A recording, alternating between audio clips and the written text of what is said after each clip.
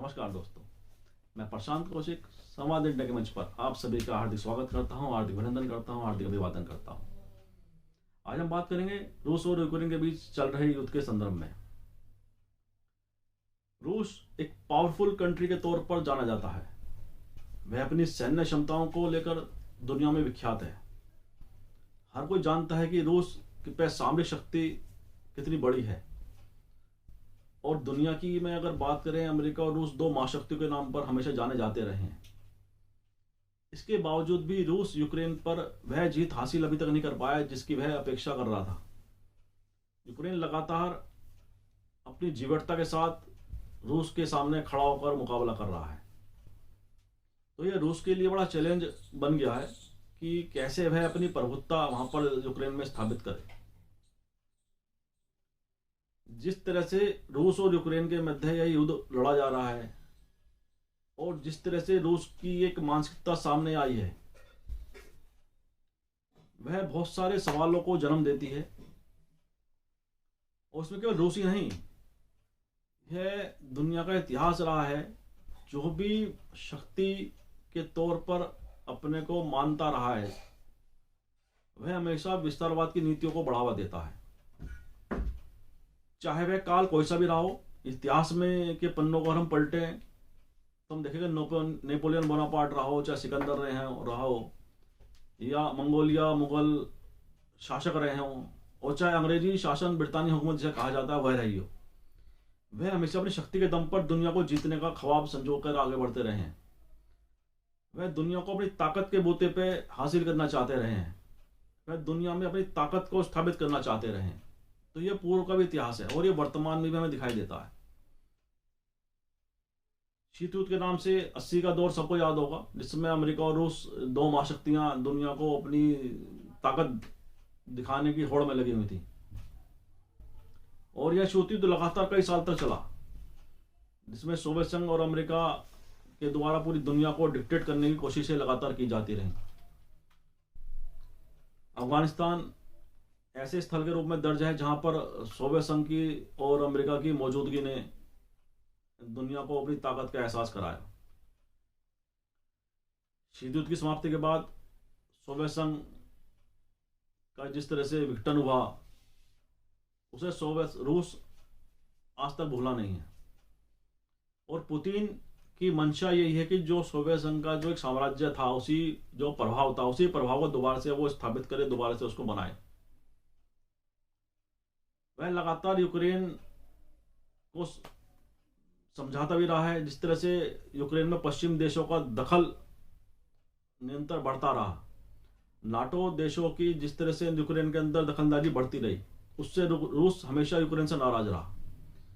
और पुतिन के नेतृत्व वाला रूस हमेशा यूक्रेन को यह समझाता रहा, कहता रहा कि वहां पे वह नाटो देशों की उपस्थिति किसी भी दशा में चाहता नहीं है। क्योंकि रूस का स्टैंड ये रहा है कि इसमें कि वह कहता है कि अगर नाटो देशों की, पश्चिम देशों की उपस्थिति यूक्रेन के अंदर होती है तो उससे रूस की सीमा को खतरा उत्पन्न होगा।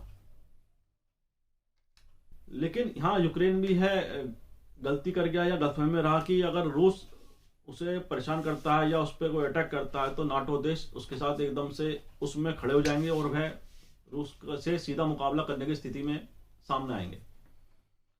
लेकिन अमेरिका के नेतृत्व वाले पश्चिम देशों का जो समूह है और जो नाटो देशों का समूह है, वह रूस से सीधी लड़ाई लड़ने से बच रहा है। और जेलेंस्की के लिए, रूस यूक्रेन के राष्ट्रपति जेलेंस्की के लिए यही सबसे बड़ा चिंता कारण है, जिस के बोलते पे वह रूस को आगे दिखाता रहा है। आज वही देश रूस से सीधी लड़ाई करने से बच रहे हैं। लेकिन अप्रोच रूप से वह यूक्रेन को मदद तो देना सैन्य साजो सामान की, जिसके बूते पे वह रूस से लगातार संघर्ष कर रहा है। लेकिन अप्रोच रूप से साजो सामान मुहैया कराना रूस के मुकाबले में कहीं ज्यादा देर ठहरने का नहीं है। और रूस भी यह जानता है कि अमेरिका किसी भी स्तर पर रूस से मुकाबले की स्थिति में स्वयं को नहीं लाएगा, क्योंकि इससे विश्व युद्ध का खतरा बहुत बढ़ जाएगा। लेकिन जो शक्तिशाली राष्ट्र हैं, रूस है, अमेरिका है, अगर उनकी हम नीतियों को थोड़ा सा निष्पक्षता के साथ अगर देखें तो किसी भी राष्ट्र पर अपनी प्रभाव स्थापित करने की नीति दुनिया की शांति के लिए कोई अच्छी खबर नहीं है। इससे दुनिया की शांति पूरी तरह से प्रभावित होती है, दुनिया में अस्थिरता का माहौल बढ़ता है। किसी भी राष्ट्र की सीमा का सम्मान करना सबसे ज़्यादा आवश्यक है। किसी भी राष्ट्र की संप्रभुता का सम्मान करना सबसे ज़्यादा आवश्यक है। और आज रूस जिस तरह से यूक्रेन को अपने कब्जे में लेने के लिए निरंतर प्रयास कर रहा है, निरंतर आगे बढ़ रहा है, निरंतर यूक्रेन के शहरों को नेस्ता नाबूद किया जा रहा है यूक्रेन की रूस की मिसाइलों के द्वारा, वे हालत वास्तव में चिंताजनक है। कि बहुत बड़े स्तर पर वहाँ के लोगों का पलायन भी हो रहा है और आने वाले समय में यूक्रेन को दोबारा से बनाना ही आप समझ सकते हैं कितना बड़ा विषय बनने जा रहा है।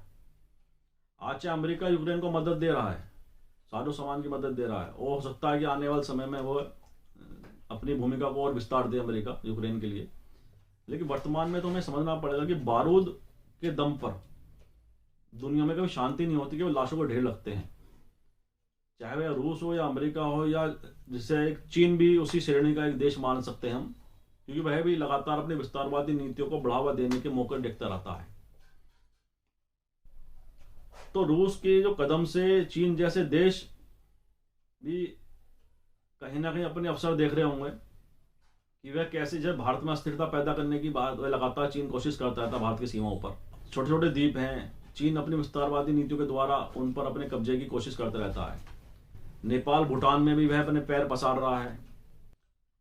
तो यह संकट केवल रूस का नहीं है, ये वैश्विक स्तर पर बड़ा संकट दिन प्रतिदिन खड़ा हो सकता है कि कैसे जो महाशक्तियां अपने को मानने वाले देश हैं वह दूसरे देशों की संप्रभुता सीमा को नुकसान पहुंचाने की कोशिश करती रहती हैं। तो ऐसे में दुनिया के देशों के लिए सामने बड़ी जिम्मेदारी है कि वह किसी भी ऐसे प्रयास का समर्थन ना करें जिससे दुनिया की शांति को खतरा हो सकता हो। रूस हो या अमेरिका, इन्हें भी राष्ट्रों को समझना पड़ेगा कि ताकत का मतलब यह नहीं है कि आप अपनी ताकत के दम पर दूसरे राष्ट्रों की संप्रभुता को मखौल बना दें या दूसरे राष्ट्र की जो सीमाएं हैं उसका उल्लंघन कर दें। अमेरिका भी कोई अछूता नहीं है इन चीज़ों से। अमेरिका ने भी, चाहे वो अफगानिस्तान हो, ईरान हो, इराक हो, वियतनाम हो, ऐसे बहुत सारे देशों में उसका दखल रहा है जहां पर उन्होंने सैन्य क्षमता के बूते पर उन देशों की अर्थव्यवस्था को, हर तरह की स्थिति को बिगाड़ दिया है।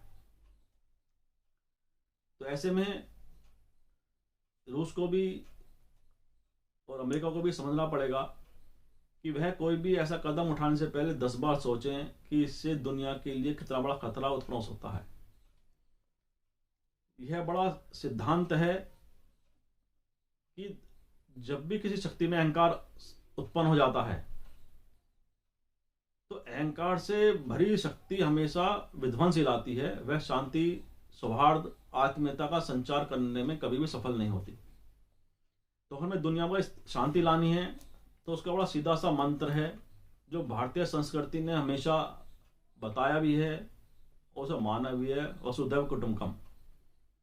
वसुधैव कुटुंबकम ही केवल ऐसा सिद्धांत है जिसके आत्मसात कर हम दुनिया में शांति स्थापित कर सकते हैं, दुनिया में एकता ला सकते हैं, दुनिया में भाईचारे को बढ़ा सकते हैं।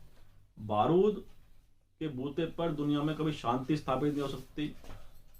तो ये महाशक्तियों को समझना पड़ेगा कि अपनी जिद, अपना अहंकार छोड़ें और दुनिया में भाईचारा स्थापित करने के लिए बारूद की जगह वसुधैव कुटुंबकम की स्थापना करें।